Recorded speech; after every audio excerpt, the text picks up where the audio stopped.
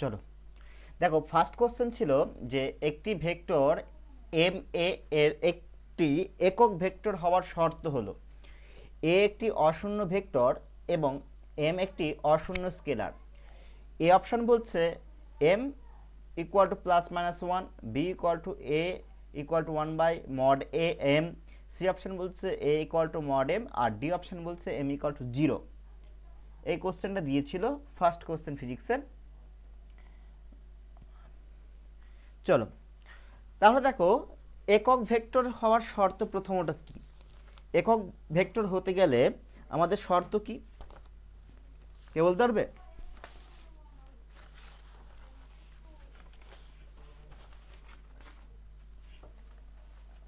একক ভেক্টর হতে গেলে শর্ত কি কে বলতে পারবে?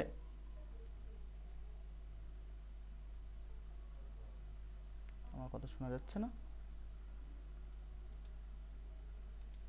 ও নো, আমি সেই থেকে বকে যাচ্ছে। হ্যালো, দেখো এতক্ষণ ধরে আমি বলছিলাম বাট শুনতে পাচ্ছিল না কেউ। বলছে যে একটি একক ভেক্টর হওয়ার শর্ত কি?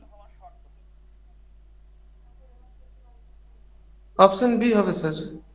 অপশন বি বলছো, ভেরি গুড।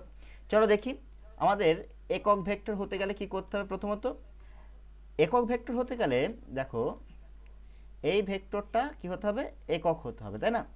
অর্থাৎ এম এ এর মান কত হতে হবে? এর মান 1 হতে হবে।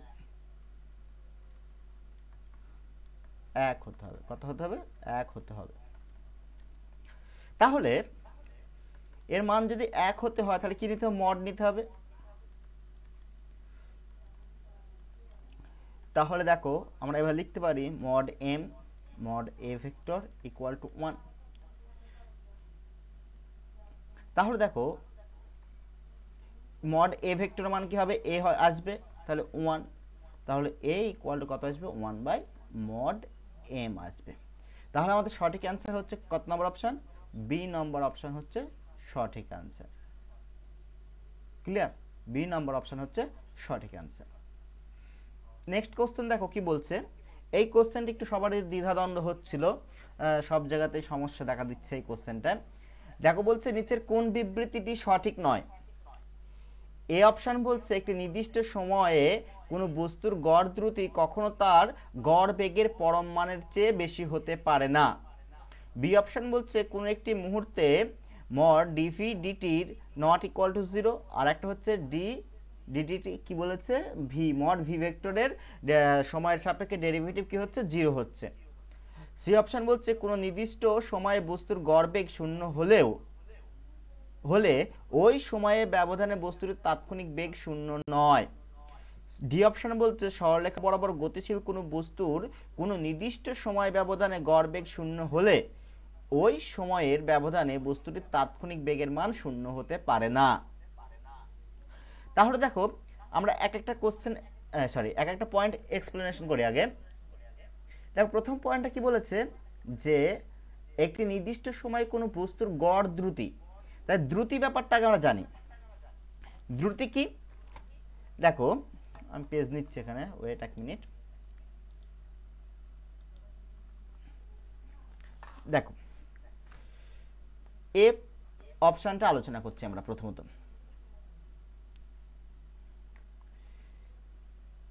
গড় দ্রুতি।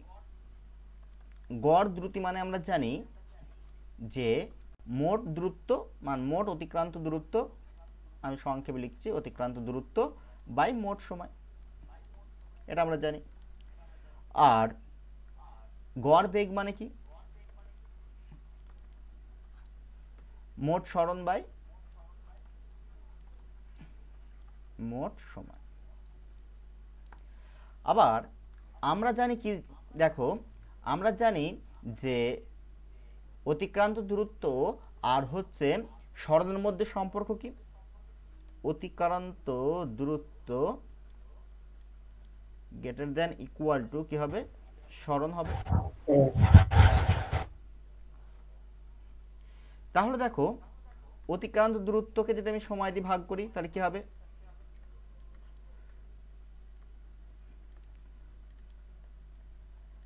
সন বাই সময়, তাহলে কি আসছে গড় দ্রুতি গ্রেটার দেন ইকুয়াল টু গড় বেগ। তাহলে দেখো আমাদের প্রথম বক্তব্যটা কি বলেছিল যে একটি নির্দিষ্ট সময়ে কোনো গড় দ্রুতি কখনো তার গড় বেগের পরম মানের চেয়ে বেশি হতে পারে না। তাহলে কি গড় দ্রুতি কি বলেছে, কখনো গড় বেগের পরম মানের চেয়ে বেশি হতে পারে না। কিন্তু এখানে দেখো আমাদের গড় দ্রুতি কি হচ্ছে, গড় বেগের চেয়ে বেশি হচ্ছে, কি হচ্ছে গড় বেগের চেয়ে বেশি হচ্ছে, অর্থাৎ যে গড় বেগের চেয়ে গড় দ্রুতি বেশি হচ্ছে, তাহলে প্রথম বক্তব্যটাই তো ভুল হচ্ছে। তাহলে দেখো এখানে কি বলছে যে পরম মানের চেয়ে বেশি হতে পারে না, কিন্তু দেখা গেল যে কি গড় দ্রুতির যে মানটা সেটা কি হবে গড় বেগের চেয়ে কি হবে বেশি হতে পারে এবং কি হতে পারে ইকুয়াল হতে পারে। তাহলে আমাদের প্রথম পয়েন্ট এ অপশনটা কি হচ্ছে ভুল। কি বলেন, বুঝতে পেরেছো? এই অপশনটাই ভুল। তাহলে এখানে যদি পারে লেখা থাকতো তাহলে সঠিক হতো, তাহলে প্রথম অপশন ভুল। এবারে বি অপশন দেখো, বি অপশন নিয়ে আলোচনা করি আমরা। বি অপশন কি বলছে যে দেখো আমাদের ডিফি ডিটির এটার মান কি বলা হয়, এটা কি বলা হয় বলতো, এটা হলো ত্বরণের মান, তাই না, ত্বরণ। তাহলে যদি মড দেওয়া হয় তাহলে কি দেওয়া হয় যে ত্বরণের পরম মান, তাই না। এবারে দেখো আমরা যদি মড ভি, এই মড ভি কে আলোচনা করি, এই মড ভি মানে কি একটা বেগের পরম মান। এটা কি রাশি আসছে, স্কেলার রাশি আসছে। তাহলে কোন একটা স্কেলার রাশিকে যে সময় এটা যদি আমরা ডিভি মড এটা মড বাই ডিটি করি তাহলে এটা কি আসবে, এটা দ্রুতি পরিবর্তনের হার আসবে। কি আসবে, দ্রুতি পরিবর্তনের হার আসবে। তাহলে এটা আসছে কি ত্বরণের পরম মান, এটা আসছে কি দ্রুতি পরিবর্তনের হার আসছে। এখন কোশ্চেন কি বলেছে যে কোশ্চেনে বলেছে যে এটার মান 0 হতে পারে, নট ইকুয়াল টু 0, কিন্তু এটার মান 0 হতে পারে। তাহলে দেখো কেউ কিছু বলছো?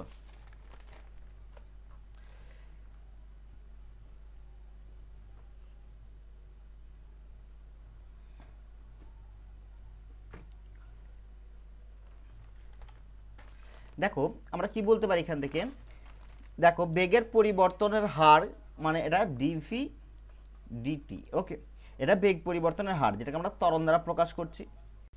এটা নট ইকুয়াল টু কি বলেছে, not equal two 0।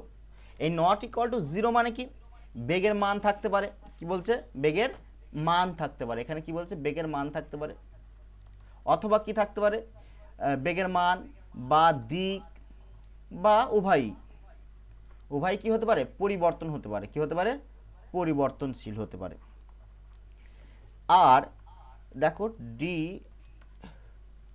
Mod DT যদি এটা 0 হয় তার মানে কি এখানে বস্তুর দ্রুতি কি আছে স্থির আছে, যেহেতু ডেরিভেটিভ করছে ডেরিভেটিভটা কি আসছে, ডেরিভেটিভটা আমাদের 0 আসছে, 0 আসছে মানে একটা কনস্ট্যান্ট, তাই না, এটা 0 মানে এটা কি হচ্ছে কনস্ট্যান্ট আসছে।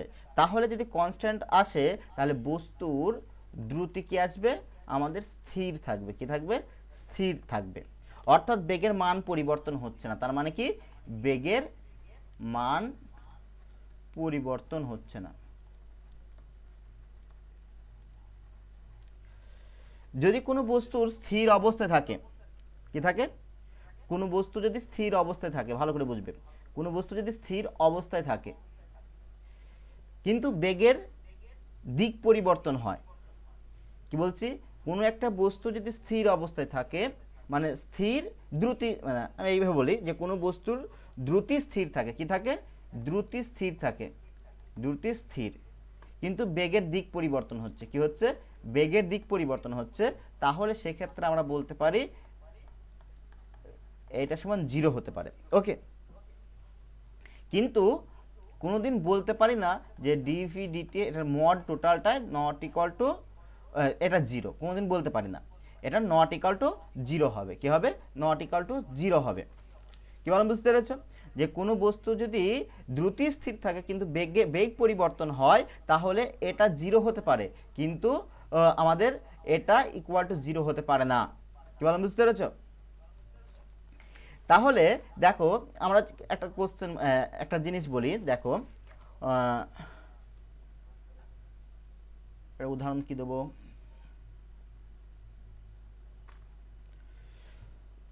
উদাহরণ তো সেরকম খুঁজে পাচ্ছি না। তাহলে দেখো বিষয়টা হচ্ছে কি, এটাও সঠিক এটাও সঠিক, তাহলে আমাদের বি নম্বর অপশনটা সঠিক অ্যান্সার। তাহলে এটা সঠিক, কিন্তু কোশ্চেন এসেছে ভুল, তাহলে এটা হবে না। নেক্সট কোশ্চেন কি বলেছে দেখো, নেক্সট পয়েন্ট কি বলেছে, যে কোনো নির্দিষ্ট সময়ে বস্তুর গড় বেগ শূন্য হলে ওই সময়ে ব্যবধানে বস্তুর তাৎক্ষণিক বেগ শূন্য নয়। তাহলে দেখো গড় বেগ, গড় বেগ মানে হচ্ছে আমরা একটু আগে বললাম যে স্যার বলছি সি আর ডি এর মধ্যে পার্থক্যটা কি? সি আর ডি এর মধ্যে, হুম। সি আর ডি এর মধ্যে একটুখানি পার্থক্য আছে, কিন্তু একই। সরল রেখা বরাবর বলেছে, আর একটা নির্দিষ্ট সময়ে কোনো একটা বস্তুর, এটা সরল রেখা হতেও পারে বা না হতেও পারে। ও কি আচ্ছা বললাম আচ্ছা। বুঝতে পেরেছো? এই সি নম্বর হুম। অপশনটা বলেছে, আর ডি নম্বর অপশন দেখো প্রায় সেম টু সেম, কিন্তু এই জায়গায় সরলরেখা কথাটা উল্লেখ করা আছে, আর এই জায়গায় সরলরেখা কথাটা উল্লেখ করা নেই। অর্থাৎ সরলরেখার ক্ষেত্রে হতে পারে, আবার অন্য কন্ডিশনের ক্ষেত্রেও হতে পারে। তাহলে দেখো অন্য কন্ডিশন মানে ধরো কোনো একটা বস্তু, ধরো একটা বৃত্তাকার পথে কেউ ঘুরছে, একটা বৃত্তাকার পথে ঘুরছে, আমি সি অপশনটা বলছি, কোনো একটা বৃত্তাকার পথে কেউ ঘুরছে বা কোনো একটা বস্তু ঘুরছে। তাহলে ওই বৃত্তাকার পথে সমদ্রুতিতে গতিশীল বস্তুর কি হবে, আমাদের সমদ্রুতিতে ঘুরছে, তাহলে সেক্ষেত্রে আমাদের কি হবে, ধরো বেগের দিক পরিবর্তন হবে, সেক্ষেত্রে দুটো বেগের বলছি ত্বরণ থাকতে পারে। সেক্ষেত্রে এখান ধরো কোনো একটা বস্তু এই বরাবর ঘুরছে, তার দুটো ত্বরণ থাকতে পারে, একটা স্পর্শকীয় ত্বরণ আর একটা কেন্দ্রমুখী ত্বরণ, তাই না?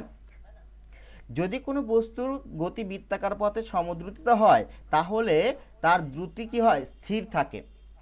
তাহলে কীরকম হবে, যেটা আমরা একটু আগে বললাম যে D V DT equal to কী হবে, জিরো হবে, একটু আগে এটা বললাম আমরা। তাহলে দেখো এখানে কি বলেছে, তাৎক্ষণিক বেগের কথা বলেছে, কি কথা বলেছে, তাৎক্ষণিক বেগের কথা বলেছে। তাই যদি কোনো একটি বস্তু নির্দিষ্ট সময় ব্যবধানে যাত্রা শুরু করে আবার যদি সেই স্থানে ফিরে আসে, তাহলে মোট সরণ কি হয়, শূন্য হয়। ধরো সাপোজ কোনো একটা যাত্রাপথে এখানে শুরু করলো, আবার যদি সেই স্থানে ফিরে আসলো, তাহলে কি হবে, আমাদের যাত্রাপথ মানে মোট সরণ কত, শূন্য।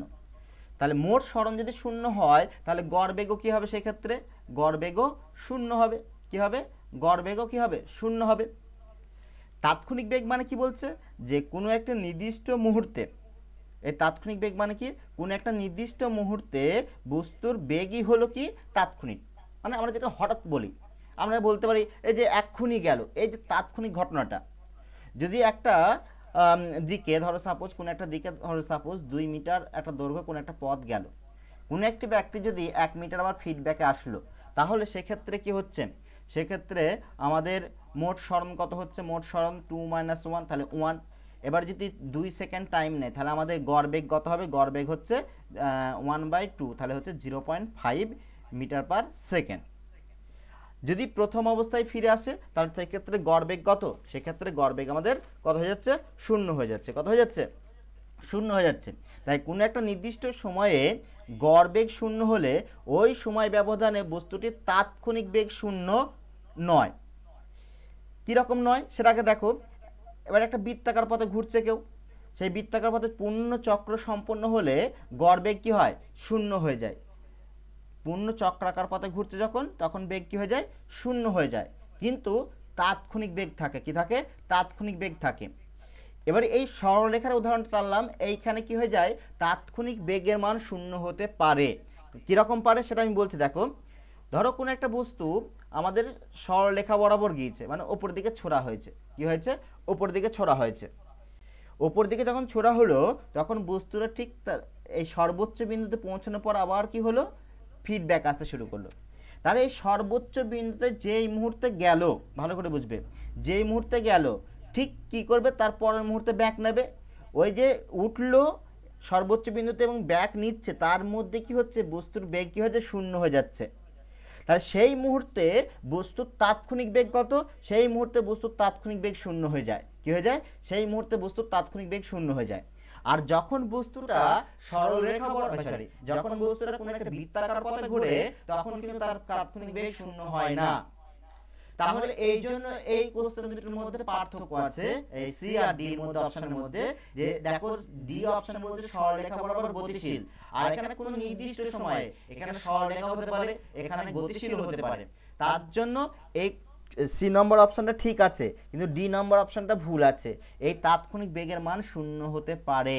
কি বললাম বুঝতে পেরেছো? তাৎক্ষণিক বেগের মান শূন্য হতে পারে এই পজিশনে। কোন পজিশনে? এই পজিশনটায় তাৎক্ষণিক বেগের মান শূন্য হতে পারে। তার জন্য ডি অপশনটা কি ভুল হবে, কারণ এখানে বলছে হতে পারে না, তার জন্য ডি অপশনটাও ভুল। এক্ষেত্রে অ্যান্সার হবে এ এবং ডি দুটোই হবে। একটু ভালো করে দেখবে বাড়িতে প্রত্যেকটা পয়েন্ট ভালো করে। নেক্সট কোশ্চেন দেখো কি বলেছে, দুটি বস্তুর সংঘর্ষের ফলে একসঙ্গে জুড়ে গেল, নিচের কোন তথ্যটি সঠিক নয়? এ রৈখিক ভরবেগ ধ্রুবক থাকে, বি শক্তির বিনাশ হয়, সি গতিশক্তির ধ্রুবক থাকে, আর ডি ভরবেগ ধ্রুবক থাকে না। বলো কোনটা হবে?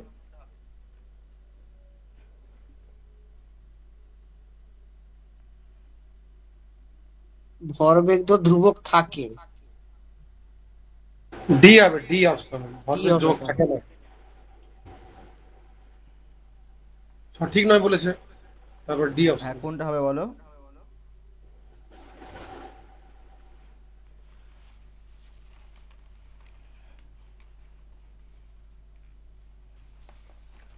বাকিরা কমেন্টে বলো।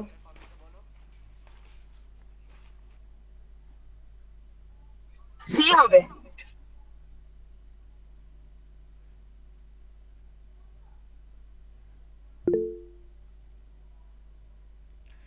বলো তো, একটা দুটি বস্তু যখন সংঘর্ষের ফলে একসঙ্গে জুড়ে যায়, মানে কি ধরনের এটা সংঘর্ষ? অস্থিতিস্থাপক সংঘর্ষ, ওই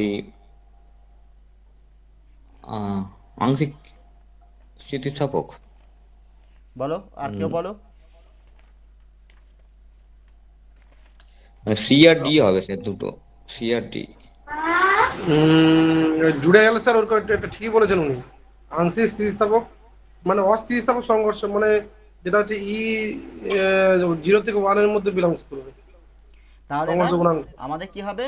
এটা যখন জুড়ে যায় তখন অস্থিতিস্থাপক সংঘর্ষ হবে, তাই না? ইনইলাস্টিক কলিশন হবে।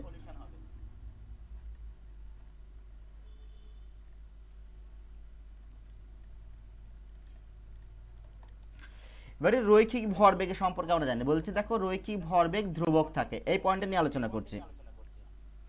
দেখো সংঘর্ষের আগে আর হচ্ছে পরে মোট রৈখিক ভরবেগ সর্বদা কি থাকে? সংরক্ষিত থাকে। এটা নিউটনের ভরবেগের সংরক্ষণ সূত্র মেনে চলছে। তার জন্য প্রথম পয়েন্টটা কি হবে? সঠিক হবে, অর্থাৎ এটা সঠিক। ওকে, তারপর দেখো যখন আমাদের স্থিতিস্থাপক সংঘর্ষ, কে জয়েন হচ্ছে এখন, এক মিনিট ওয়েট।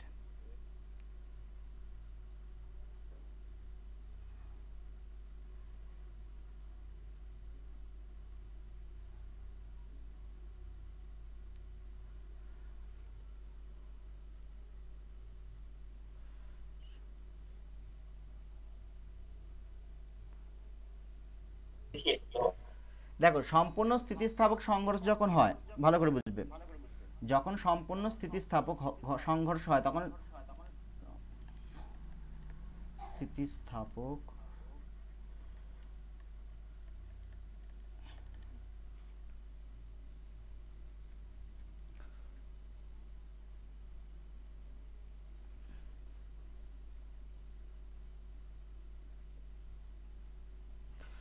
স্থিতিস্থাপক যখন হয়, মানে সংঘর্ষ যখন হয়, আমি এখানে আসছি, সংঘর্ষ যখন হয়, স্থিতিস্থাপক বাদ দিলাম আমি। ওকে, সংঘর্ষ যখন হয় তখন কি হয়? এই যে আমাদের গতিশক্তি, সেই গতিশক্তি কি সংরক্ষণ থাকে? সেই গতিশক্তি কিছুটা তাপ শক্তি, কিছুটা শব্দ শক্তি, কিছুটা কি বস্তুর আকৃতির জন্য বিকৃতির জন্য শক্তি পরিবর্তন, কি রূপান্তরিত হয়ে যায়, তাই না? বিকৃতির জন্য যে পরিবর্তন সে রূপান্তরিত হয়ে যায়। তার ফলে কি হয়, শক্তির কি হয়, কিছুটা বিনাশ হয়। কি হয়? শক্তির বিনাশ হয়। মনে থাকবে? তাহলে এখানে গতিশক্তির কি হচ্ছে, এখানে বলছে গতিশক্তির বিনাশ হয়। কি বলেছি বুঝতে পেরেছো? গতিশক্তির বিনাশ হয় বলেছে, তাহলে এটাও সঠিক। দেখ তারপর কি বলেছে, গতিশক্তি ধ্রুবক থাকে। দেখো এখানে দেখো আগের পয়েন্টে বলেছে যে গতিশক্তির বিনাশ হয়, তাহলে গতিশক্তির যদি বিনাশ হয় তাহলে গতিশক্তির ধ্রুবক কি করে থাকলো? গতিশক্তি ধ্রুবক থাকে কোন ক্ষেত্রে বলতো? স্থিতিস্থাপক সংঘর্ষের ক্ষেত্রে আমাদের গতিশক্তি কি থাকে? ধ্রুবক থাকে, তাই না? তাহলে এখানে কিন্তু বলেছে যে অস্থিতিস্থাপক সংঘর্ষ, তাহলে অস্থিতিস্থাপক সংঘর্ষের ক্ষেত্রে গতিশক্তি ধ্রুবক থাকে না। কি বললাম বুঝতে পেরেছো? তাহলে এক্ষেত্রে আমাদের গতিশক্তি ধ্রুবক থাকে না, অর্থাৎ অস্থিতিস্থাপক সংঘর্ষের ক্ষেত্রে। তাহলে এক্ষেত্রে সঠিক মানে ভুল কোনটা? এই সি নম্বর অপশন, অর্থাৎ সি এরটা হবে। তারপর ডি অপশন কি বলছে দেখো, যে ডি অপশন বলছে ভরবেগ ধ্রুবক থাকে না। তাহলে দেখো ভরবেগ কথাটা এখান থেকে যে অস্থিতিস্থাপক,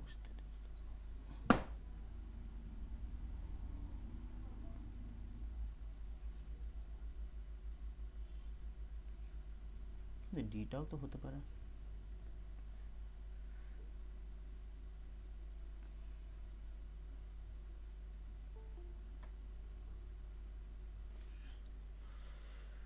ভরবেগ,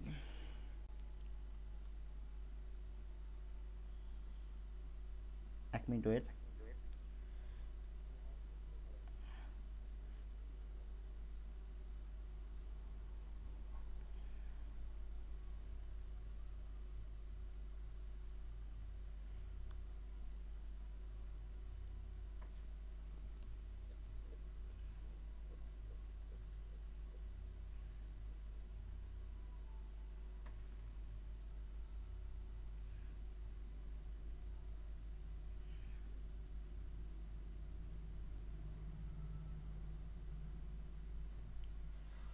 এখানে বলেছে যে ভরবেগ ধ্রুবক থাকে না, তাহলে আমাদের অস্থিতিস্থাপক সংঘর্ষ যে কোনটা সঠিক নয়।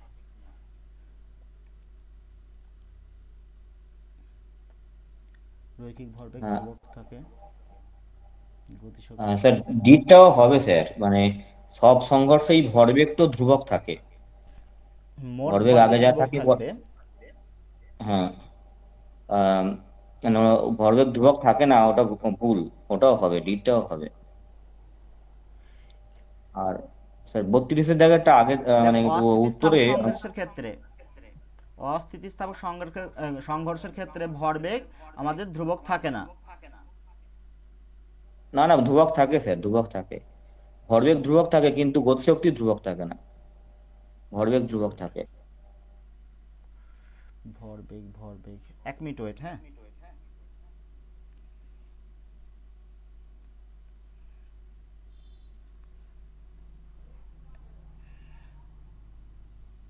ভরবেগ মানে স্থিতিস্থাপক, হ্যাঁ ভরবেগ m1 u1 plus m2 u2 equal to m1 plus m2 into V. হ্যাঁ ধ্রুবক থাকে, বুঝতে পেরেছো?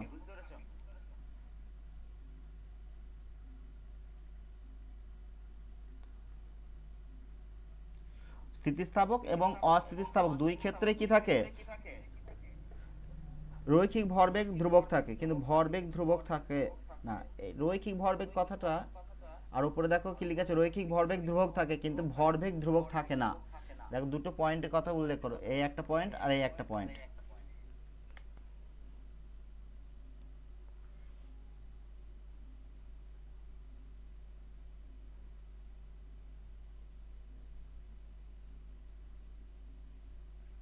উপরে দেখো লেখা আছে রৈখিক ভরবেগ ধ্রুবক থাকে, আর ডি অপশন বলছে ভরবেগ ধ্রুবক থাকে না।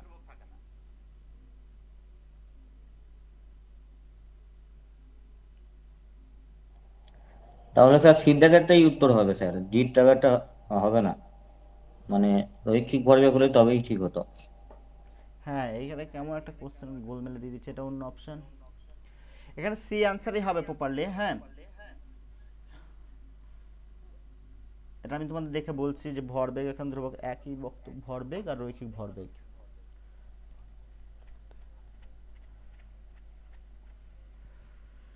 ঠিক আছে, সি আনসার করো, তারপর আমি দেখছি।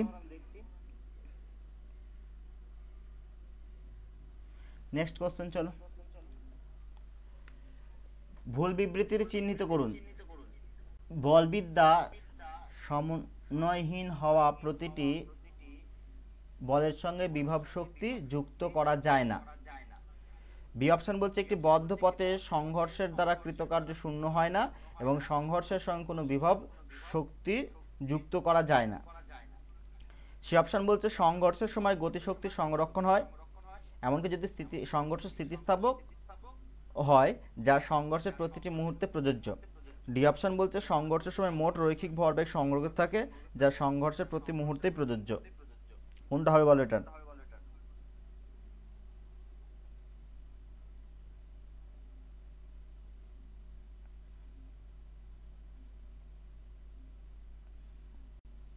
ওটা মনে হয় এরটা হবে।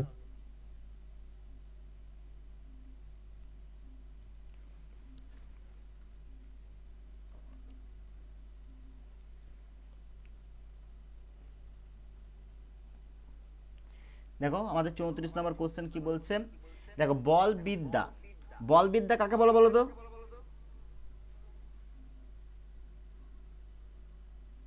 কে বলতে পারবে? এখানে মেকানিক্স, মেকানিক্সে কোন কোন বলের কথা এসছে এখানে? আমাদের এই বলবিদ্যা মেকানিক্সে দুই ধরনের বল সম্পর্ক পড়বো, একটা হচ্ছে সংরক্ষী বল আর একটা হচ্ছে আমাদের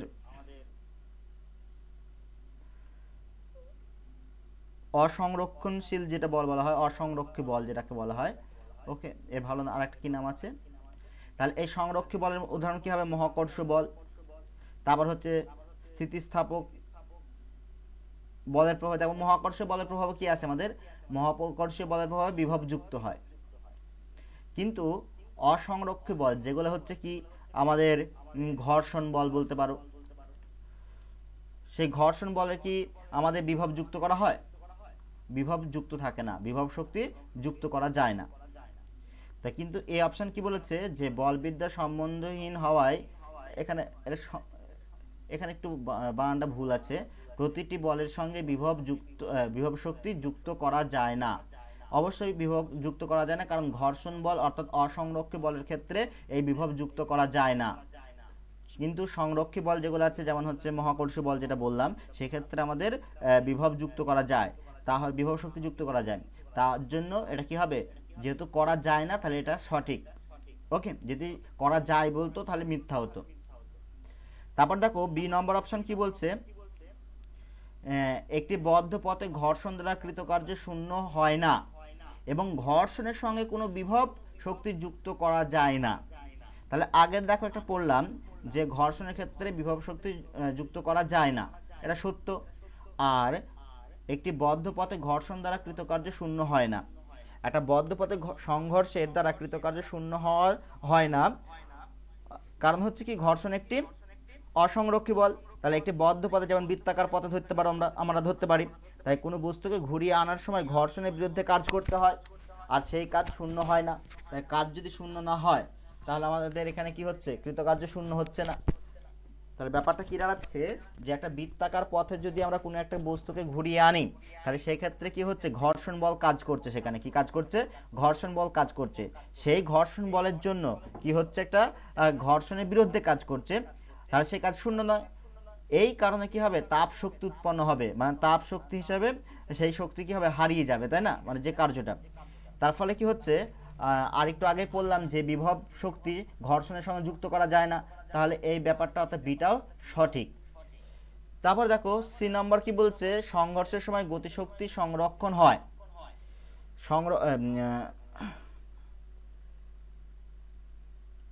সংরক্ষণ, আবার ডি অপশনটা দেখি আবার কি বলছে, সংঘর্ষের সময় মোট রৈখিক ভরবেগ সংরক্ষিত থাকে।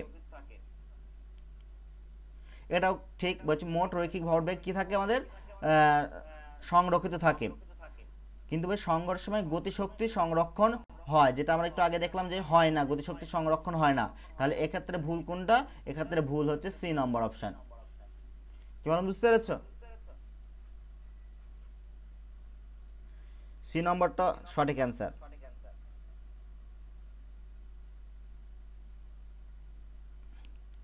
আহ, স্যার ওখানে তো স্থিতিস্থাপক সংঘর্ষ বলে বলে দিয়েছে।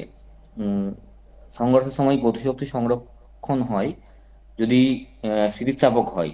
স্থিতিস্থাপক সংঘর্ষে তো গতিশক্তি সংরক্ষিত থাকে। হ্যাঁ, কিন্তু এই এমন কি যদি বলেছে, এখানে আরো কিছু থাকতো, মানে এখানে অস্থিতিস্থাপক কথাও বলেছে, এমন কি যদি সংঘর্ষ স্থিতিস্থাপক হয়, প্রপারলি ভাবে এখানে দেয়া নেই কিন্তু দেখো। আহ, ওই জন্য সি আচ্ছা, মানে নম্বর না অপশনটা যদি হবে। আচ্ছা, যদি স্থিতিস্থাপক নাও হতো তাহলেও সংরক্ষিত থাকতো, এরকম বলতে চাইছে। হ্যাঁ, হ্যাঁ, হ্যাঁ। আর আর বলছি স্যার, ওই প্রথমে যেটা বললেন মহাকর্ষীয় বল, মহাকর্ষীয় বলের সঙ্গে পোটেনশিয়াল এনার্জি, মহাকর্ষীয় বিভব মানে যুক্ত করা যায়, মানে এটা কি কিভাবে হচ্ছে আর কি, মহাকর্ষীয় বলের সঙ্গে মহাকর্ষীয় বিভব যুক্ত করা যায়, মানে এটা দেখো আমরা বিভব মানে বার করি না, মহাকর্ষীয় বিভব। হুম, হুম। কিন্তু ঘর্ষণের ক্ষেত্রে বলতে পারবা যে যে ঘর্ষণ বিভব। ওরকম টার্ম নেই, কিন্তু যুক্ত করা যায় কি মহাকর্ষীয় বলের সঙ্গে কি মহাকর্ষীয় বিভব, দুটো আলাদা কোয়ান্টিটি তো, মানে আলাদা রাশি, ওই দেখো দুটো কি যুক্ত মহাকর্ষীয় করা যায়? বিভব শক্তি, বিভব যে কথাটা আছে যেখানে, বিভব সম্পর্কে আমরা মহাকর্ষীয় ওখানে পাই, কিন্তু ঘর্ষণের ক্ষেত্রে পাই না। ওই জন্য বলেছে, দেখো এখানে কোশ্চেনটা, যে আচ্ছা। প্রতিটি বলের সঙ্গে, মানে মেকানিক্সের যে প্রতিটি বল আছে, সেই প্রতিটি বলের সঙ্গে বিভব শক্তি যুক্ত করতে পাওয়া যায় কি? এখানে লিখতে যায় না, তাহলে অ্যাকচুয়ালি যায়ও না। কারণ হচ্ছে মহাকর্ষের ক্ষেত্রে যুক্ত করা যায়, আর ঘর্ষণের ক্ষেত্রে যুক্ত করা যায় না, মানে অসংরক্ষিত বলের ক্ষেত্রে যুক্ত করা যায় না। তার জন্য বক্তব্যটা সঠিক। যদি এখানে লেখা থাকতো করা যায়, তাহলে বক্তব্যটা ভুল ছিল, তাহলে এ হতো।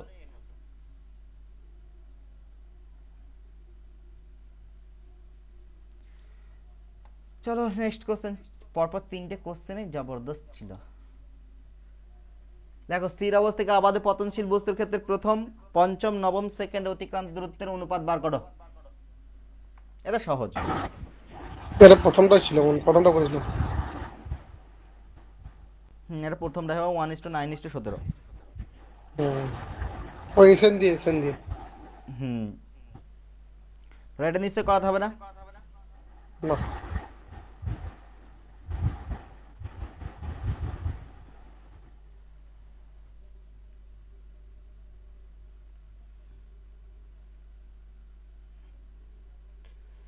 কোন সূত্রে ফেলবে বলে দিচ্ছি।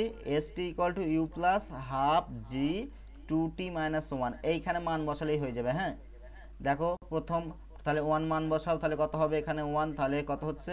1 আসছে। তারপর পঞ্চম, 5 2 10 -1, তাহলে 9 আসছে। তারপর হচ্ছে নবম, 9 2 18 -1, তাহলে হচ্ছে 17। তাহলে 1:9:17।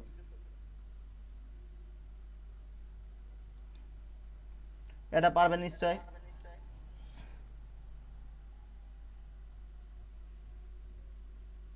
এটা কি হবে বলো?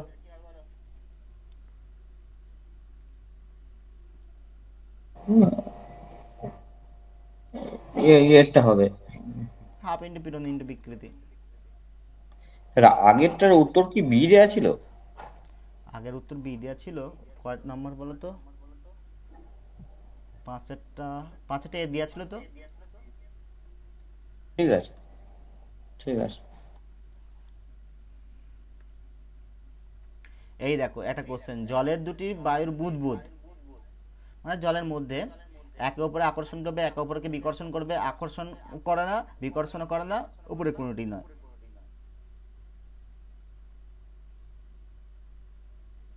কোনটা হবে বলো?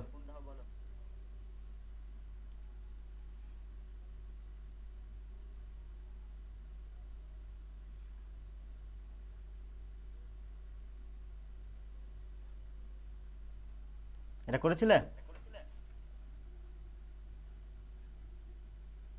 কনফিউজিং এটা, একটু বুঝিয়ে দেন স্যার। আমি কিন্তু সিটটা করেছিলাম, কিন্তু ওই এটা কার মানে কোন থিওরি অ্যাপ্লাই হয় বলো তো? এই মনে হচ্ছে খুব সম্ভব ওই সংশক্তি বল বা কিছু টাইপের কিছু থাকতে পারে। এটা বার্নৌলির নীতি কাজ হবে। বাউন্ডারি নীতি। ধরো এই একটা কোনো তরল পদার্থ আছে, এর মধ্যে দুটো বাবেল আছে, এই একটা বাবেল, এই একটা বাবেল। আমরা জানি যে দুটো নৌকা পাশাপাশি থাকলে কি হয়, পরস্পরকে কি করে,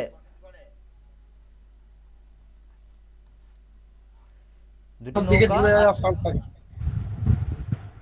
পাশাপাশি চলে আসে, তাই না? হ্যাঁ হ্যাঁ। একই কারণ এটা।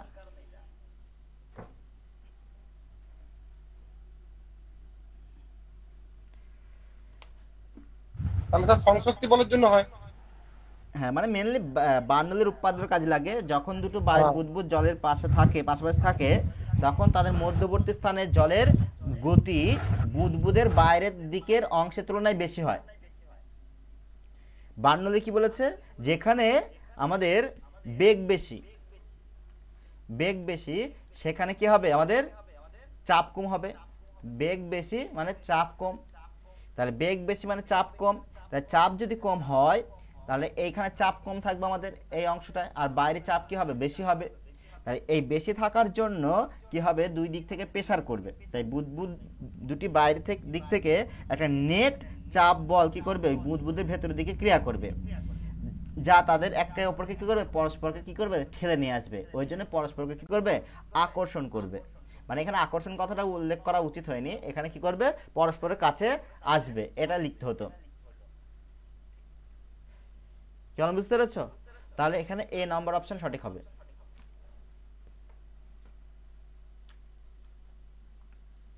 নেক্সট কোশ্চেন, এই একটা ভালো কোশ্চেন। আকর্ষণহীন স্থানে কৈশিক নল অসীম এবং সসীম হলে জল কতটা উচ্চতা পর্যন্ত উঠতে পারবে? এ হচ্ছে 76 সেমি, বি হচ্ছে 10.3 মিটার, আর সি হচ্ছে 0, আর ডি হচ্ছে অসীম ও সসীম। বলো এই কোশ্চেনের অ্যান্সার কি হবে? ডিটটা মেরেছিলাম এরটা কিন্তু ডি। ডি। কেন? অভিকর্ষহীন হলে সেখানে তো কৈশিক নলের কোনো ওঠার কোনো জায়গা নেই। ব্যাপারটা হচ্ছে অসীম অসীমে থেকে যাবে, আর সসীম সসীমেই থেকে যাবে। Very good. বিষয়টা এইভাবে আমরা ভাবি, দেখো আমাদের যে কৈশিক ক্রিয়া যেটা বলা হয়, সেই কৈশিক নলের জলের উন্নতি যদি এইচ হয়, মানে এইচ উচ্চতা পর্যন্ত উঠে, সেই এইচ ইকুয়াল টু কি হয়, 2t cos theta by R rho G, যেখানে টি হচ্ছে পৃষ্ঠটান, আর হচ্ছে নলের ব্যাসার্ধ, রো হচ্ছে ঘনত্ব তরলের, আর জি হচ্ছে অভিকর্ষিত ত্বরণ। এবারে বলেছে যেখানে অভিকর্ষহীন স্থান বলেছে, কি বলেছে, অভিকর্ষহীন স্থান বলেছে। তাহলে অভিকর্ষহীন স্থান মানে কি, সেখানে জি করলে কত বলো তো, 0। তাহলে জি যদি 0 হয়, h equal to 2t cos theta by R rho into 0, তাহলে 0 দিয়ে কোনো কিছু ভাগ করলে কত হয়, সেটা ইনফিনিটিভ হয়ে যায়। তাহলে এইচ কি হয়ে যাবে, ইনফিনিটিভ হবে। কি হবে, ইনফিনিটিভ হবে। আবার নলের দৈর্ঘ্য যদি সসীম করে দেওয়া হয়, ধরো সাপোজ তুমি বললে 10 সেমি, কত বললে, 10 সেমি, তাহলে ওই নল পর্যন্ত কি থাকবে, জল উঠবে। কিন্তু পৃষ্ঠটানের জন্য কি হচ্ছে, এই এখানে পৃষ্ঠটানের জন্য এই জল কি করে বাইরে উপচে পড়বে না, কি বললাম বুঝতে পেরেছো, নলেই ঢুকে থাকবে। তার জন্য বলা হয়েছে যে অভিকর্ষহীন স্থানে কৌশিক নল অসীম এবং সসীম হলে জল কতটা উচ্চতা পর্যন্ত উঠতে পারে, সেটা ডি নম্বর অপশন হবে, অর্থাৎ অসীম এবং সসীম পর্যন্তই হবে। ক্লিয়ার? ম্যাথামেটিক্যাল ব্যাখ্যা। তারপরটা চলো, এটা প্রাণের স্টোকসের আর এই সূত্র দিয়ে, যদি দুটি গোলকের ব্যাসার্ধ অনুপাত 2:1 হয়, তবে তাদের প্রান্তীয় বেগের অনুপাত কত? এ বলছে 1:4, বি বলছে 4:1, সি বলছে 1:2, আর ডি বলছে 2:1।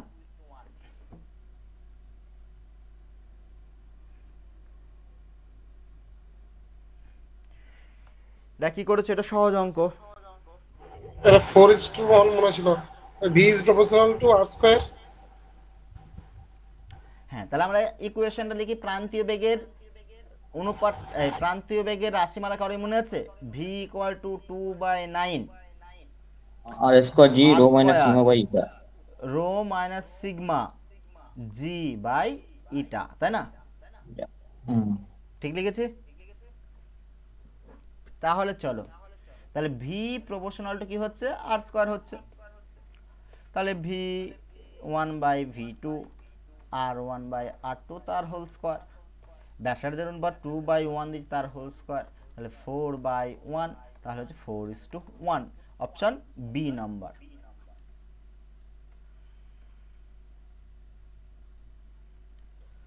সঠিক অ্যান্সার বি। এই দেখো একটা কোশ্চেন, এটা 2023 সালে মানে মাদ্রাসা সার্ভিসে এসেছিল এই টাইপের কোশ্চেন।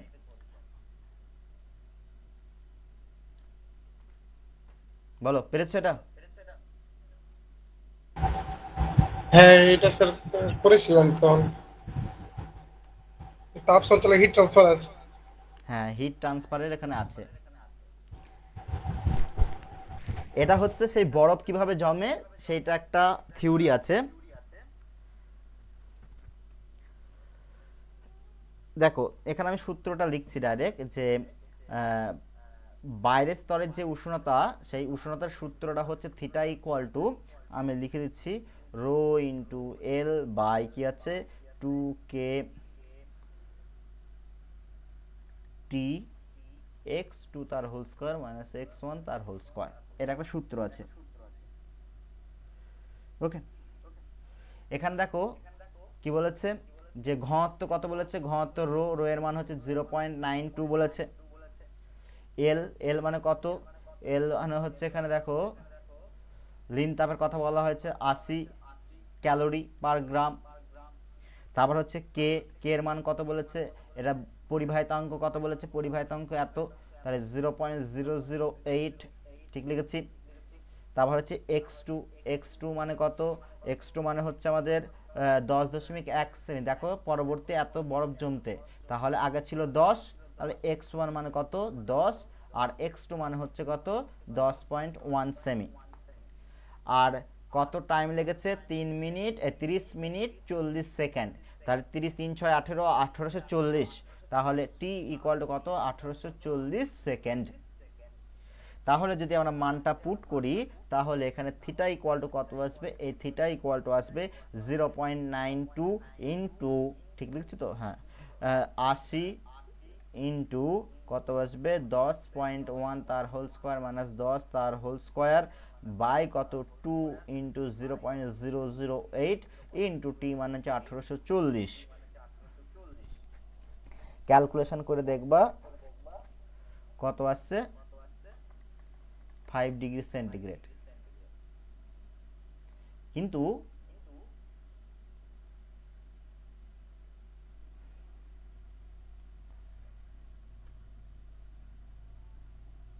এখানে -5 আছে, +5 মাইনাস ছিল স্যার, মাইনাস হবে মনে হয় উত্তরটা।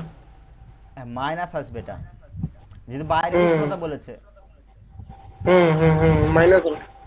তাহলে মাইনাস অ্যান্সার হবে কত, অ্যান্সার হবে -5 ডিগ্রি সেন্টিগ্রেড।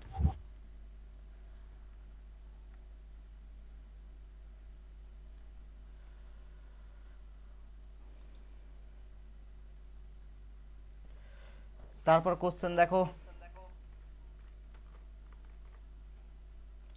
41 নম্বর কোশ্চেন, সহজ। এর আগেও এই কোশ্চেন আমি মনে হয় দিয়েছিলাম।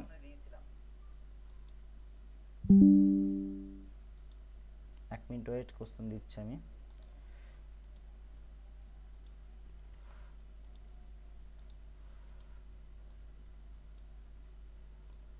এটা কি হবে বলো?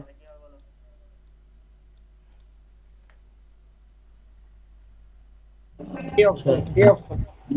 এর দাগারটা হবে। এ দাগেরটা হবে, এটা করিয়েছিলাম মনে হয়, দিয়েছিলাম।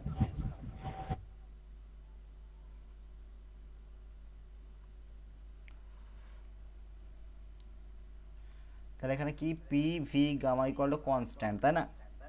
আবার p v equal to r t, যদি বসিয়ে এখান থেকে যদি আমরা ভি এর মান বার করি তাহলে কি হবে, আর টি বাই পি আসবে।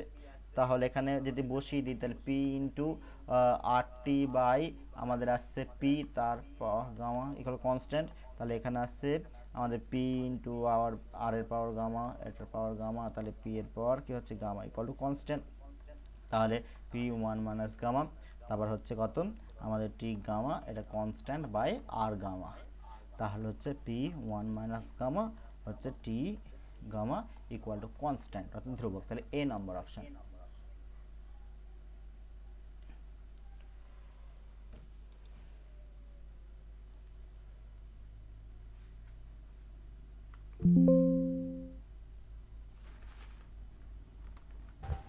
দ্বিতীয় মক টেস্টে স্যার কোশ্চেন গুলো একটু অনেক স্ট্যান্ডার্ড হয়ে গেছে। এটা স্ট্যান্ডার্ড হয়ে দ্বিতীয় যে গেছে প্রথমটা তবু ঠিক ছিল, আমাদের মানে 9-10 লেভেলে যখন ঠিক ছিল, দ্বিতীয়টা পুরো সেই ইজি লেভেলের মতো হয়ে গেছে। দ্বিতীয়টা, উম, এই প্রথমটা ঠিক ছিল না কঠিন ছিল প্রথমটা? প্রথমটা ঠিক ছিল স্যার। প্রথমটা একদম বেসিক লেভেল থেকে দিয়েছিলাম, আর দ্বিতীয়টা ম্যাথামেটিক্যাল দিয়েছে, ওই জন্য 12 এর মতন হয়ে গেছে। পরেরটা মিক্সচার করে দেবো। চলো এটা কি হবে বলো?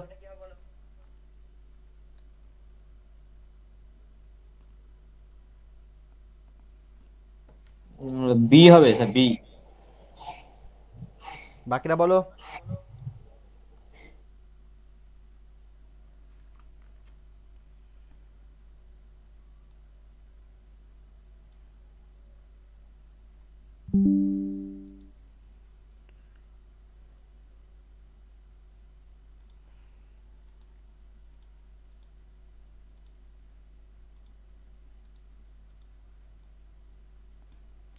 এই কোশ্চেন সেটের প্রথম দিকের কোশ্চেনগুলো একটু গোলমেলে ছিল।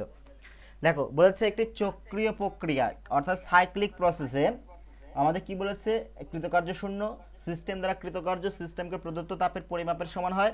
সি অপশন বলছে কৃতকার্য সিস্টেমকে প্রদত্ত তাপের পরিমাপের উপর নির্ভর করে না, আর ডি অপশন বলছে সিস্টেমের অভ্যন্তরীণ শক্তি বৃদ্ধি পায়।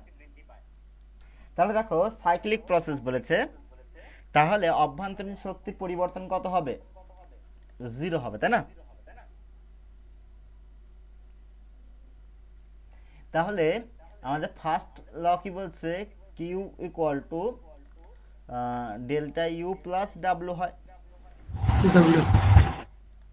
তাহলে এটা 0, তাহলে কিউ ইকুয়াল ডাব্লিউ অর্থাৎ কি হচ্ছে তাপের পরিমাণ আর কার্যের পরিমাণ কি হবে, সমান হবে, আর বি নম্বর অপশন। নেক্সট কোশ্চেন, একটি কার্নো ইঞ্জিনের ক্ষেত্রে কোন তথ্যটি সঠিক?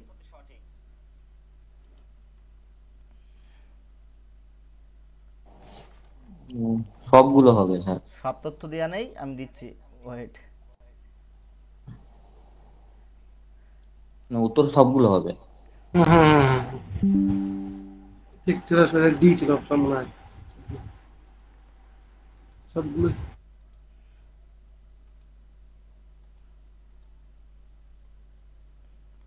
কোশ্চেন কাটতে পারেনি আর টাইপিং করতে পারেনি। দেখো বলছে ইঞ্জিনের ভারহীন ঘর্ষণহীন পিস্টনযুক্ত সিলিন্ডারের মধ্যে 1 মোল আদর্শ গ্যাস নেওয়া হয়। পিস্টন ও সিলিন্ডার দেওয়ালে সম্পূর্ণ তাপ নিরোধক। সি অপশন বলছে সিলিন্ডারের নিচের তলাটি আদর্শ পরিবাহী বস্তু দ্বারা নির্মিত। ডি অপশন বলছে সবকটি তথ্য প্রযোজ্য, সবকটাই হবে।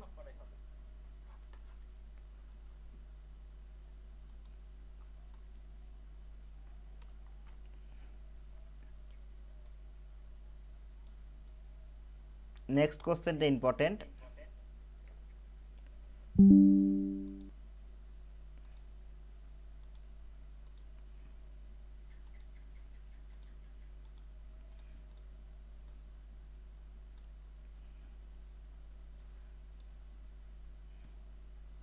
এই কোশ্চেনটা ইম্পর্টেন্ট, কনসেপচুয়াল কোশ্চেন।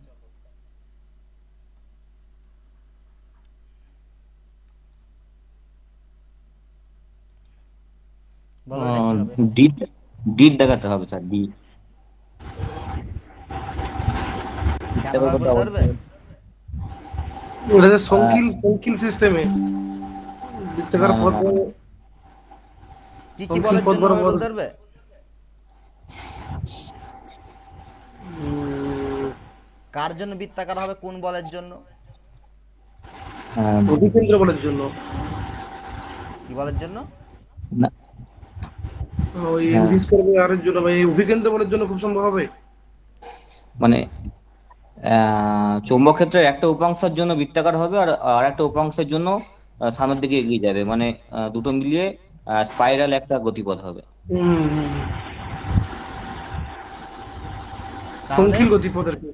দেখো, এখানে বলছে আচ্ছা, যে লরেন্জ তড়িৎ ফোর্স কি ক্ষেত্র এখানে এবং কাজে চৌম্বক লাগবে? ক্ষেত্র পরস্পরের লম্বভাবে ক্রিয়া করে এই অঞ্চলের মধ্য দিয়ে একটি ইলেকট্রন প্রবেশ করালে এখানে দুটো বল অনুভব হবে। একটা হচ্ছে তড়িৎ বল, একটা তড়িৎ বল অনুভব হবে, যেটা হচ্ছে আমরা এফ ই দ্বারা প্রকাশ করতে পারি, যেটাকে ই ইন্টু ইলেকট্রিক্যাল চার্জ, এটা হচ্ছে। আর 2 নম্বর হচ্ছে লরেঞ্জ বল, যেটাকে এফ বি দ্বারা প্রকাশ করছি। ওকে, এই এফ বির মান কত হয় বলতে পারবে? V cross B.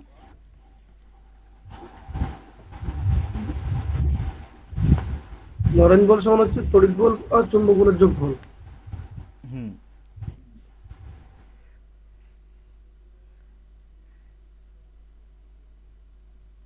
এই তড়িৎ বলের জন্য কি হবে, এই তড়িৎ বলের জন্য সামনের দিকে আগে নিয়ে যাবে।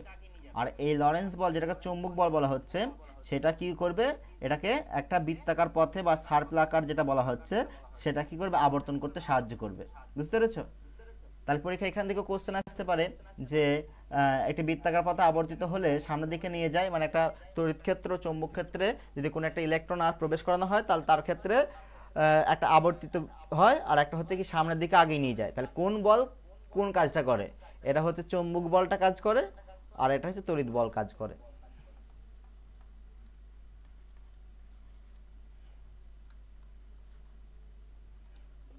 নেক্সট, এটা সহজ কোশ্চেন।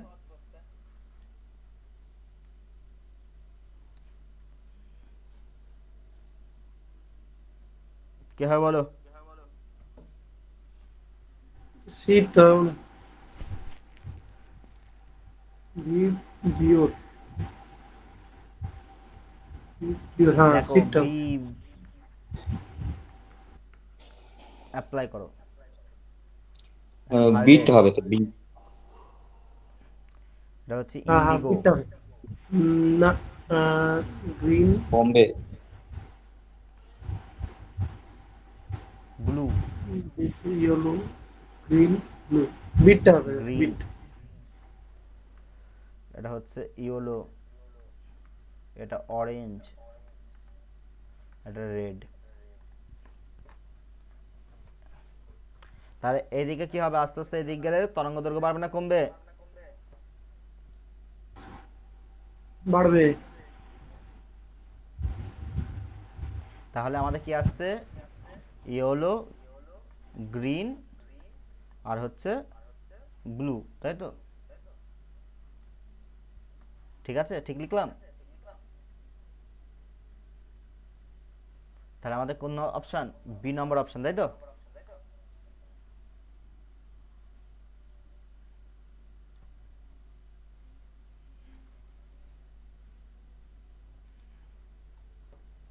তারপর কোশ্চেনটা আমি ক্লাসে করিয়েছি, ডাইরেক্ট বলবে, এটা অ্যান্সার করাবো না।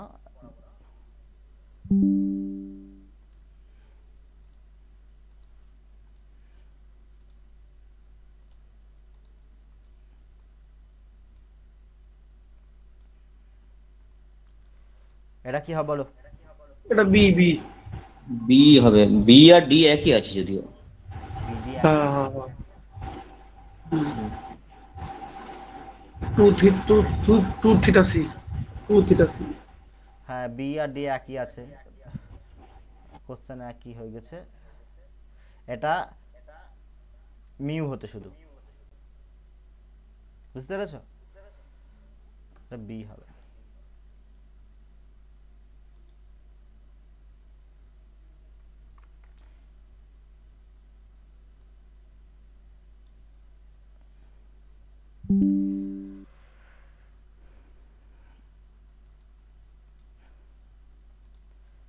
নেক্সট কোশ্চেন বলো। এ বি সি ডি ফাঁকা আছে, কোনটা হবে বলো? ঢোল বাজছে তো।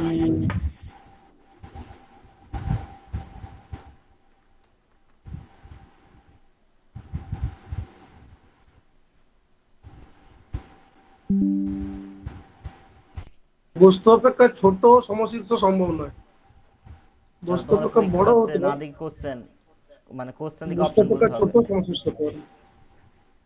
ব্যাপারটা সেরকম হয়ে গেছে, কোশ্চেন দিকে অপশন বলতে হবে। হ্যাঁ স্যার, ওটা বিটটাই হবে। বৃত্তে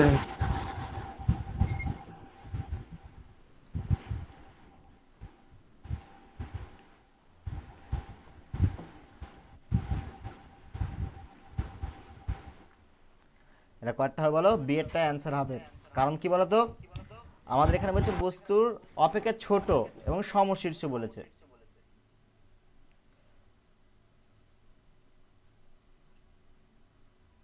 দেখো, আমাদের উত্তল লেন্স দ্বারা গঠিত সমশীর্ষ প্রতিবিম্ব সবসময় অসৎ হবে এবং বস্তুর অপেক্ষা কি হবে? বড় হতে হবে সমশীর্ষ যদি হয়। এবং সেটা কি হতে হবে? বস্তুর অপেক্ষা বড় হতে হবে, অসৎ হতে হবে। কিন্তু এখানে কি বলেছে? সমশীর্ষ বলেছে, কিন্তু আবার ছোট বলেছে, তার জন্য এই বক্তব্যটা হবে না। এটা সেই লিস্টটা পড়লে হয়ে যাবে, দেখবা। এটা এটা কোন ক্ষেত্রে হচ্ছে বলতো? এটা যখন বস্তু কোথায় থাকছে? এফ দূরত্বের মধ্যেখানে অবস্থান থাকছে যখন। এটা কখন হচ্ছে বলতো? এটা এফ আর টু এফ এর মধ্যখানে। আর এটা কখন হচ্ছে বলতো? টু এফ বা তার বেশি দূরে। তুই এবার অসীমের মধ্যে। টু এফ বা অসীম, এটা বলতে পারো। অসীম অসীম তাহলে এটা সঠিক ওইটা অ্যান্সার স্যার, হচ্ছে এই বি নম্বর। ওইটা স্যার, ওইটা যদি সম্ভব, কোনটি সম্ভব হতো, তাহলে এটা অবতল লেন্সের ক্ষেত্রে বিটটা সঠিক হতো। হ্যাঁ হ্যাঁ, এখানে উত্তল লেন্স বলে দিয়েছে আবার। হুম। আগের দিনে কোশ্চেন ঠিকঠাক ছিল, মানে এই কোশ্চেনটা কঠিন কার কার লেগেছে?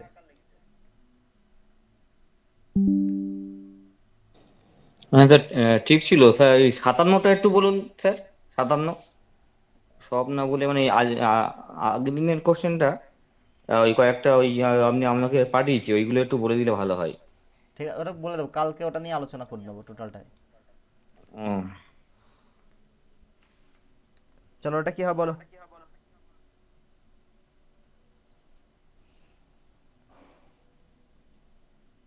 আদর্শ কম্পন কাকে বলে আগে বলো।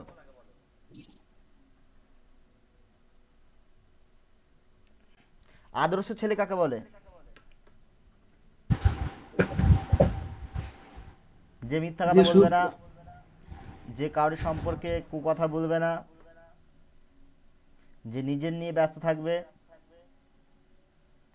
কেউ কারোর দিকে তাকাবে না, তাকে আদর্শ বলবে, তাই তো? এবার বলো কে আদর্শ এর মধ্যে? ডিটটা হবে স্যার, ডিটটা।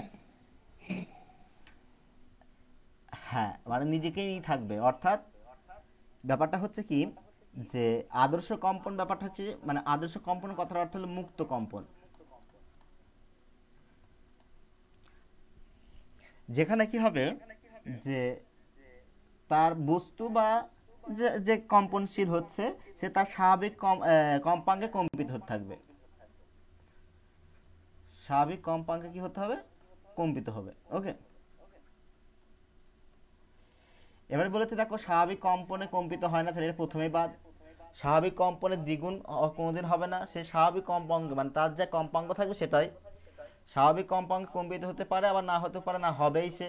তাহলে ডি নম্বর অপশনটা সঠিক অ্যান্সার।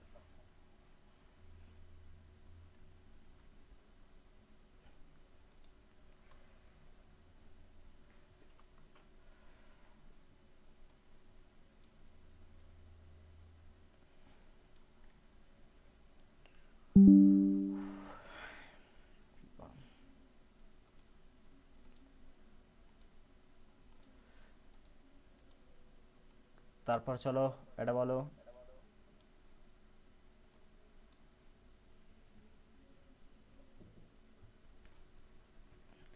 Mirror nucleon. এটা সি ছিল, সি অপশন হবে। দুটি হ্যাঁ স্যার ভিন্ন সি নিউক্লিয় অপশন। যাদের প্রোটন এবং অপরটি নিউট্রন সংখ্যা সমান হয়। তাহলে মিরর নিউক্লিয়ন কাকে বলে, নিউক্লিয়াস কাকে বলে বলো তো?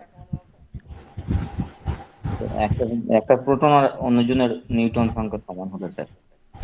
তাহলে ধরো সাপোজ আর এটা হচ্ছে দু- আমাদের লিখলাম, উপরে লিখলাম নিউটন সংখ্যা, এটা N1 আর এটা নাম দিলাম Z1, আর একটা ওয়াই নাম দিলাম, এটা N2 আর এটা হচ্ছে Z2।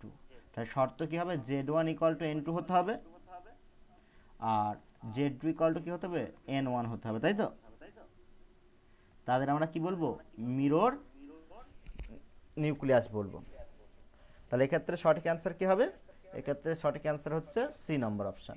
দেখো দুটি ভিন্ন মৌলের যাদের একটি প্রোটন অপরটির নিউটনের সংখ্যার সাথে কি হবে, সমান হবে। যেমন উদাহরণ কি হতে পারে, যেমন আমাদের ট্রিটিয়াম আছে, ট্রিটিয়ামের সংকেত হচ্ছে 3 1, আর হিলিয়ামের কি হবে, এটা একটা আছে, ওকে। এরা পরস্পর দেখো, ঠিক লিখলাম তো? হ্যাঁ, এর নিউটনের সংখ্যা কত, এর নিউটনের সংখ্যা হচ্ছে 2, এর নিউটনের সংখ্যা কত 1। দেখো এর পারমাণবিক ক্রমাঙ্ক যেটা বলা হচ্ছে, প্রোটন সংখ্যা যেটা বলা হচ্ছে, প্রোটন সংখ্যা আর এর নিউটনের সংখ্যা সমান, এর প্রোটন সংখ্যা আর এর নিউটন সংখ্যা সমান, তাই এরা পরস্পর আমাদের মিরর নিউক্লিয়াস গঠন করে। তাহলে উদাহরণ আসতে পারে পরীক্ষায়।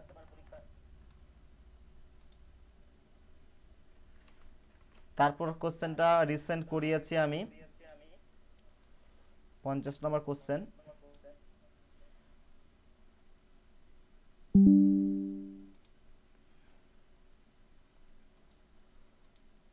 পঞ্চাশ নম্বর কোশ্চেন কি বলছে,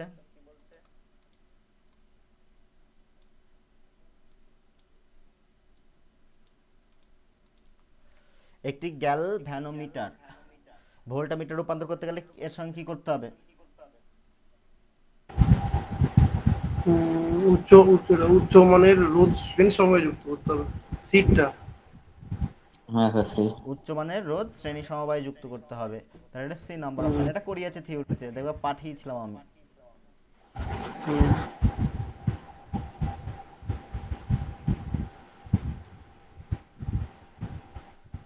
V by I G minus জি।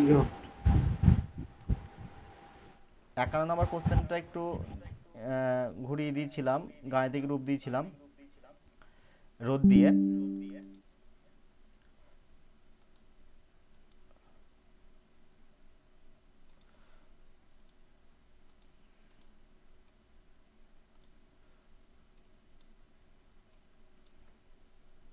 বলো কি হবে, সম্পর্ক কি, যেন বলে দিই না, গভীর সম্পর্ক।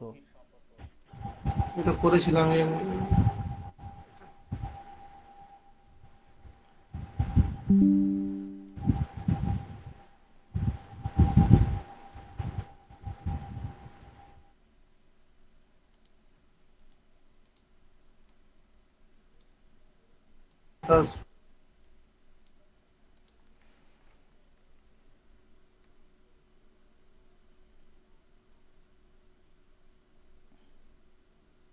দিকটা অপশন দিকটা হবে, দিকটা ছিল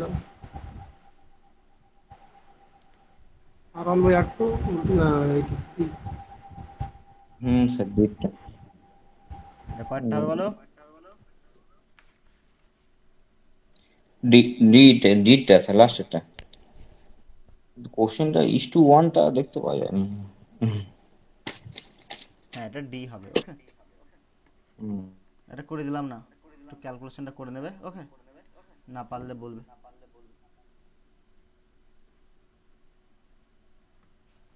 চলো ফটাফট করে ফেলে, বাকি করা আর 9টা আছে।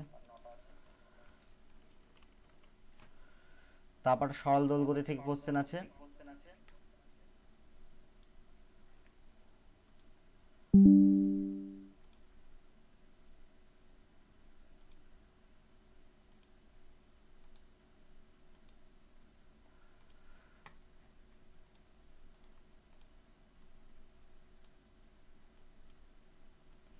এটা কি হবে বলো? স্যার সিটটা স্যার। এটা বলছো? হুম, দেখো এখানে একটু কোশ্চেন একটুখানি ভুল আছে, এটা 1/n গুণ হবে। আমি n-1 দিয়ে বারবার করছি, মোটেই হয়নি। n+1/n-1 দিয়ে করছি, মোটেই হয়নি। এটা 1/n দিয়ে হবে, ভুল টাইপিং আমি ওয়ান হয়েছে। বাই এন ধরেই করেছি, ওটা টাইপ করতে ভুল করেছি। 1/n দিলে সত্যি উত্তরটা কে চলে কি আসছে, করলো, আমার হাফ উত্তরটা ঠিক M omega square a square minus x square, আর হচ্ছে স্থিতিশক্তি ইউ ইকুয়াল টু কত হবে, half m omega square a square. Square. এবার কে কি বলছে, 1/n ইন্টু ইউ। এটা অ্যাপ্লাই করলে কি আসবে আমাদের, দেখো আমরা অ্যাপ্লাই করছি, তাহলে half m omega square a square minus x square equal to 1/n into half m omega square a square. তাহলে এটা কেটে গেল, তাহলে কি আসছে, আমি এখান থেকে করছি, তাহলে A square minus x square equal to 1/n A square. তাহলে এখানে ক্যালকুলেশন করে যদি এ স্কোয়ার বার করে তাহলে কি আসবে, x square N plus 1/n আসবে। এটা ক্যালকুলেশন করে দেখবে। তাহলে আমরা যদি এক্স বার করি, এক্স স্কোয়ার ইকুয়াল টু কি আসবে, এ স্কোয়ার ইন্টু n/n প্লাস 1। তাহলে এক্স ইকুয়াল টু কত আসবে, এ আসবে, রুট ওভার করে দেবো, তাহলে কি আসবে, n ইন্টু n প্লাস 1। তাহলে আমাদের সি নাম্বার অপশন ক্লিয়ার।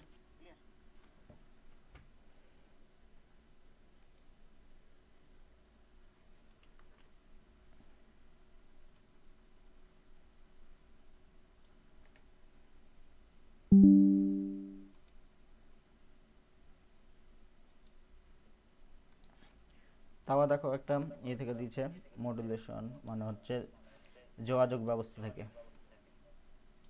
এটা পেরেছো? তেইশ। কত হবে? 20/30 মানে 2/3। তাহলে এটা কি ডিটা বলেছে, ডি ডি সর্বোচ্চ বিস্তার A max equal to 25 volt, A minimum বলছে মাইনাস কত, 5 ভোল্ট। Minus by plus. তাহলে মিউ ইকুয়াল টু কি হবে, A maximum minus A minimum by A maximum plus A minimum. তাহলে 25 - 5, এখানে 25 + 5, তাহলে হচ্ছে কত, 20/30। কেটে গেল 0 0, 2/3, তাহলে 2/3।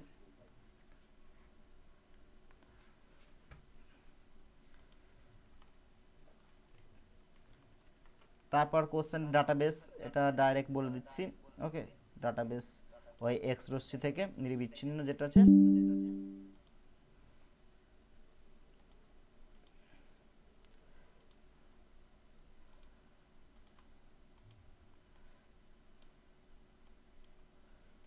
এটা কি হবে বলো তো,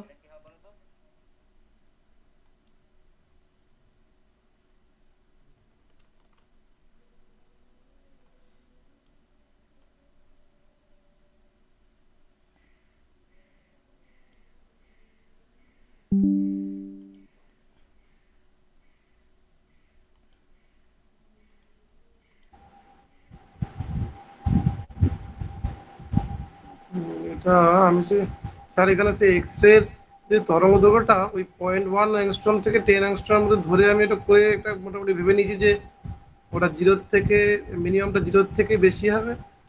আর এই মিনিমামটা জিরোর চেয়ে বেশি হবে আর ইনফিনিটি পর্যন্ত হবে, বি নম্বর অপশনটাই হবে সঠিক অ্যান্সার। বুঝতে পেরেছো, এটা বি নম্বর অপশনটাই হবে। দেখবা এটা করে উদাহরণ দিয়ে।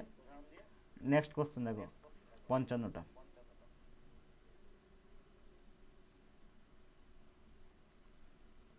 এটা 4:1 ডি ডি। আমরা কি জানি, ভি প্রপোর্শনাল টু 1/m জানি, √m জানি, তাই না, আণবিক ভর। তাহলে এখানে কি বলেছে, হাইড্রোজেন, হাইড্রোজেন আর হচ্ছে অক্সিজেন, তাহলে এটার অনুপাতটা কি হবে, m অক্সিজেন বাই কি হবে, m হাইড্রোজেন হবে। তাহলে কত হবে, এখানে আমাদের 32 হবে, আর এখানে 2 হবে, তাহলে কত হচ্ছে, 16 2 32, তাহলে 16, তাহলে এটা কত হচ্ছে 4, তাহলে 4/1 আছে, তাহলে 4:1, তাহলে এটা ডি নম্বর অপশন 4:1। এর পরাবর্তী বলে দিলাম। ওকে, তারপর দেখো আমাদের চুম্বক দিয়ে একটা কোশ্চেন দিয়েছে। চুম্বক দিয়ে কি কোশ্চেন দিচ্ছে, যে চুম্বক প্রবণতার মান ঋণাত্মক হয় কার ক্ষেত্রে? চিরস্চুম্বক। চিরস্চুম্বক।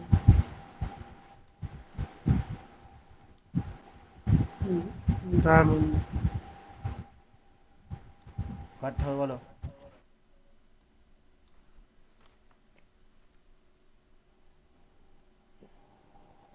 শীত দেখার।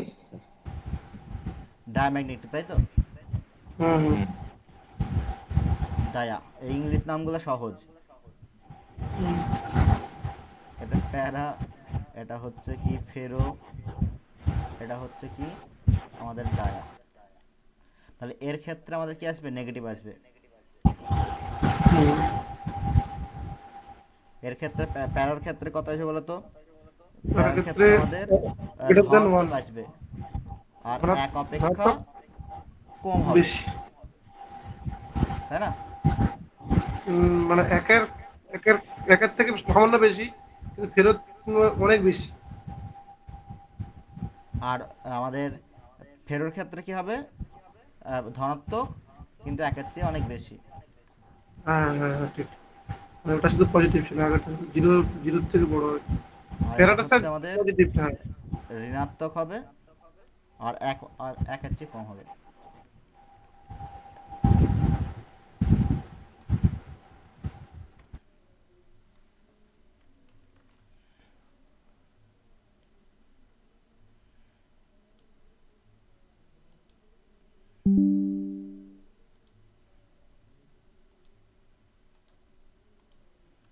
চলো 57 নম্বরটা কার অসুবিধা বললো দেখি।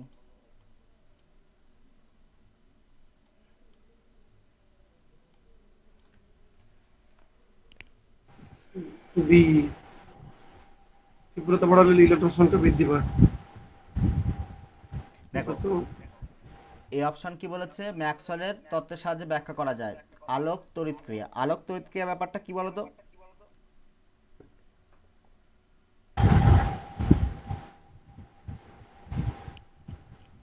ওই আলোক ফোটন। মানে আইনস্টাইনের যে আমাদের কোয়ান্টাম তত্ত্বের ভিত্তিতে যে এখানে কি আছে, ফোটন, তার তীব্রতা ও সংখ্যা, তারপর কম্পাঙ্ক, গতিবেগ, এই সমস্ত নিয়ে আলোচনা আছে, তাই না? তাহলে এ নাম্বার অপশন বলছে ম্যাক্সওয়েল তত্ত্বের সাহায্যে ব্যাখ্যা করা যায়। দেখো, ম্যাক্সওয়েল তত্ত্ব হচ্ছে তরঙ্গ তত্ত্ব, তাই না? ম্যাক্সওয়েল তত্ত্ব কি? তরঙ্গ তত্ত্ব। তাই এই তরঙ্গ তত্ত্বের সাহায্যে আমাদের আলোক তড়িৎ ক্রিয়া সম্পূর্ণরূপে ব্যাখ্যা করা যায় না। এই তথ্য অনুসারে কি করা যায়? আলোর তীব্রতা বাড়লে ইলেকট্রনের গতিশক্তি বাড়া উচিত ছিল, যা বাস্তবে ঘটে না। এই তথ্য দেয়। ওকে, তারপর হচ্ছে 2 নম্বর অপশন কি বলছে? এই অনুসারে আলোর তীব্রতা বাড়লে নির্গত ইলেকট্রনের সংখ্যা বৃদ্ধি পাবে। এরা আবার হচ্ছে কি বলেছে দেখো, আমাদের যে আলোর তীব্রতা বাড়লে ইলেকট্রনের গতিশক্তি বৃদ্ধি পায়। এটা কি বৃদ্ধি পায়? ইলেকট্রনের গতিশক্তি কার উপর নির্ভর করে? ইলেকট্রনের গতিশক্তি কম্পাঙ্কের উপর। আলোর তীব্রতার উপর নির্ভর করে কি? না স্যার, ইলেকট্রনের গতিশক্তি তীব্রতার উপর নির্ভর করে না। কার উপর নির্ভর করে? আলোর কম্পাঙ্কের উপর।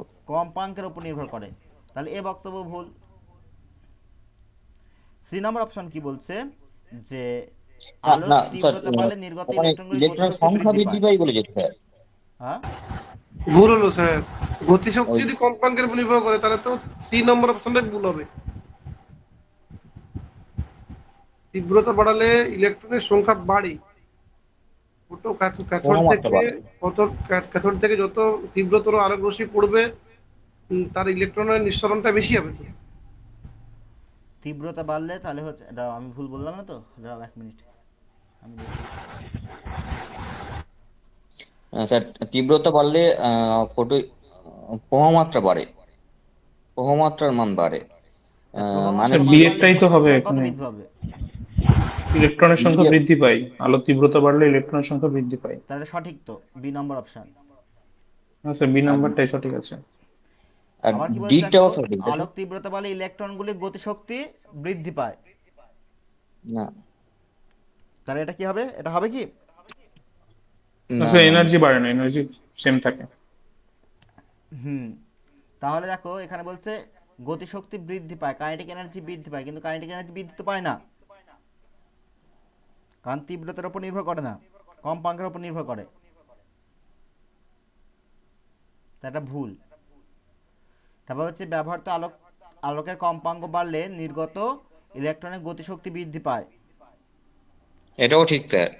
দেখো বলছে যে নির্গত গতিশক্তি কি বলছে, আলোর কম্পাঙ্ক বাড়লে, অবশ্যই কম্পাঙ্ক বাড়লে, যেহেতু কম্পাঙ্কের উপর নির্ভর করছে, তাহলে কম্পাঙ্ক বাড়লে গতিশক্তি বৃদ্ধি পায়, তাহলে বি ডি দুটোই সঠিক।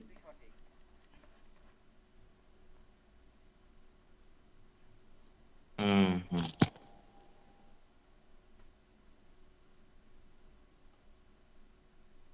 ওই জন্য বি স্যার ডি দুটোই কনফিউশন সঠিক, ছিল। হ্যাঁ।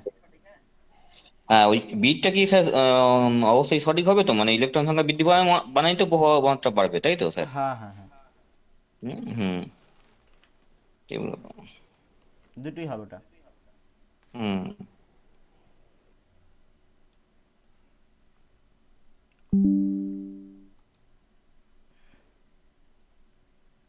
আমি আগের কোশ্চেন মানে আগের পয়েন্ট বি নাম্বার পয়েন্টটা আমি সি নাম্বার ভেবে ব্যাখ্যা করছিলাম। চলো, এটা 58 নাম্বার কোশ্চেন, আর দুটো তিনটে কোশ্চেন আছে।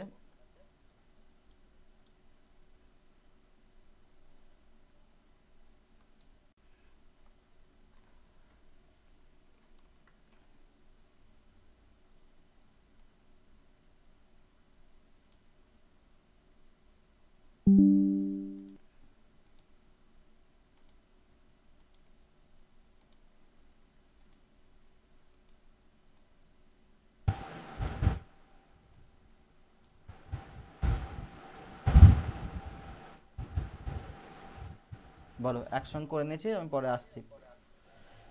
দেখো 58 নাম্বার এটা কোশ্চেন বলছে বিটা নিঃসরণের সময় একটি ইলেকট্রন মৌল থেকে নির্গত হয়। এই ইলেকট্রনটি আসে পরমাণু সর্ববহিস্থ কক্ষ থেকে, পরমাণুর অন্তঃস্থ কক্ষ থেকে, মৌলের ডি মধ্যে অপশন ইলেকট্রন হবে, থেকে, নিউক্লিয়াস থেকে, নিউক্লিয়ার মানে নিউক্লিয়াস প্রোটন থেকে। থেকে, নিউক্লিয়াস থেকে হবে। এটা নিউক্লিয়াস থেকে। হুম। আর এটা হ্যাঁ সরিয়ে স্যার। দিই আমি।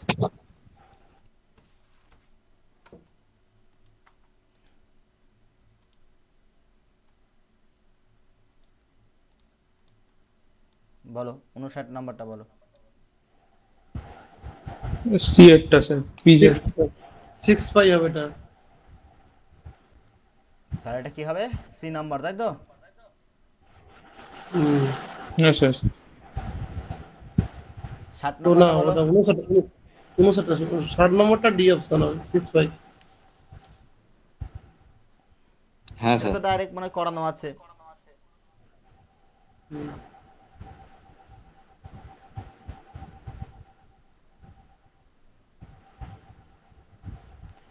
তাহলে এটা কি হবে, ডি নাম্বার অপশন। এটা করানো আছে, দেখবে যখন প্র্যাকটিস করেছিলাম ইয়াং এর দ্বিরেখা ছিদ্র ডবল স্লিট এক্সপেরিমেন্ট করেছিলাম, তখন করিয়েছিলাম এগুলো। স্যার এটা কি ওই ঝালার থেকে রিফ্লেক্টর হওয়ার পরের দশা না, পার্থক্যের কথা বলা হচ্ছে নাকি আগে? না, এক্স সমান এর ল্যামডা, মানে উজ্জ্বল প্রোটে এক্স সমান এর ল্যামডা, মানে 3 ল্যামডা হবে। 3 ল্যামডাটা হচ্ছে ওই দশা দশা পথ পার্থক্য বসে দিলে হয়ে যাবে, দশা পার্থক্য করে বেরিয়ে। 2 পাই ল্যামডা ইন্টু কত পার্থক্য? হুম। এখানে দশা পার্থক্য ল্যামডা ইনটু পথ পার্থক্য যেটা বলা হয়েছে। আর ওই পথ পার্থক্যটা হচ্ছে ওই উজ্জ্বল ঝালরের জন্য এক্স সমান হচ্ছে ওই ফাই এর equal lambda. To 2 pi lambda into delta X. তাহলে কেন্দ্রীয় ঝালরের জন্য কত হবে বলো তো, পথ পার্থক্য কত, এটা 0 হয়ে যায়, তাহলে ফাই ইকুয়াল কত হবে, 0 হবে। আর তৃতীয় উজ্জ্বল বলেছে, তা তৃতীয় উজ্জ্বল মানে কত, তাহলে ডেল্টা এক্স 3 ইকুয়াল কত হবে, 3 ল্যামডা। তাহলে কত হবে, এখানে এই সূত্রে ফেললে phi equal to 2 pi lambda into 3 lambda, lambda lambda কেটে গেল, 3 6 6 পাই। খতম।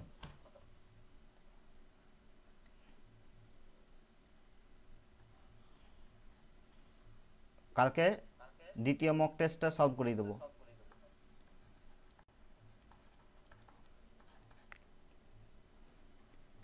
দ্বিতীয়টায় স্যার কয়েকটা ভুল আছে কি স্যার, মানে একটু দেখবেন তো, আমি আপনাকে পাঠিয়েছি, একটু দেখবেন স্যার। হ্যাঁ, আমি দেখে আহ, বলে দিচ্ছি। এবার দুই একটা হুম, হয়তো টাইপিং সাতটার মিস্টেক মধ্যে বা কাটি। হয়তো অ্যান্সার দিতে গিয়ে হয়তো ভুল হয়ে গেছে, সেটা হতে পারে। হুম। একটা হচ্ছে যে I0 হবে, সেটা I10 হয়ে যাচ্ছে। একটা ওই মানে ওই তীব্রতা ব্যতিচারের একটা অঙ্কতে ছিল মনে হয়।